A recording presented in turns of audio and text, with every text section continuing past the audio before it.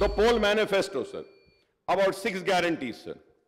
Sir, I have all the details, sir, like Mahalakshmi scheme, sir, gas cylinder 500 rupees, free travel for women, farmers, financial assistance of 15,000 per acre, rupees 12,000 per annum to agricultural labor, bonus of 500 paddy, waiver, and all land extent and number of farmers. ये सारी चीजें जब हम देखते हैं sir, वो सारे जब हम देखते हैं सर, 294, 1,800 and 2,600, अब इतने हैं सर, thousands and thousands है sir.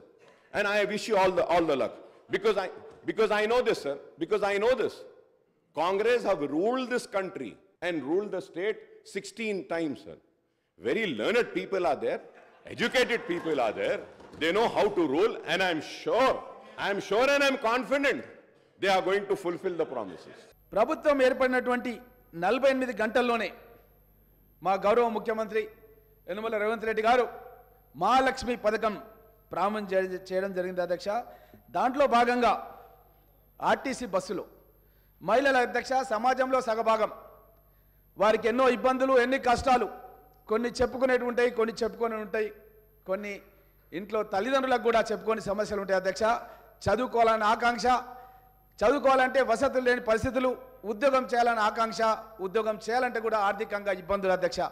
అలాంటి వాళ్లకు ఒక మహిళా సాధారికత ఇవ్వాలనే ఉద్దేశంతో మా ముఖ్యమంత్రి రేవంత్ రెడ్డి గారు 48 గంటల్లోనే మహిళలందరికీ రాష్ట్ర వ్యాప్తంగా మా యొక్క సోనియా గాంధీ గారి నేతృత్వంలో 2,500 పెన్షన్ ప్రతి కోడలమ్మకి ఇవ్వాలని చెప్పి నిర్ణయం చేసిన అధ్యక్ష. 500 రూపాయలకే గ్యాస్ సిలిండర్ ఇస్తామన్న విషయాన్ని మేము ప్రకటించిన అధ్యక్ష.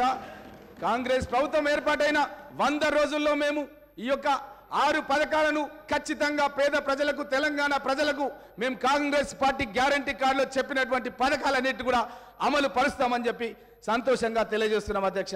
ఇందిరమ్మ ఇండ్లు గతంలో అధ్యక్ష 2 బెడ్రూమ్ల ఇండ్లు కడతామని చెప్పారు అధ్యక్ష. మా యొక్క పరిగి నియోజకవర్గాలు కానీ, వికారాబాద్ జిల్లాలో కానీ ఎక్కడ కూడా అధ్యక్ష ఒక్క ఇల్లు కూడా గృహప్రవేశం జరిగేది అధ్యక్ష.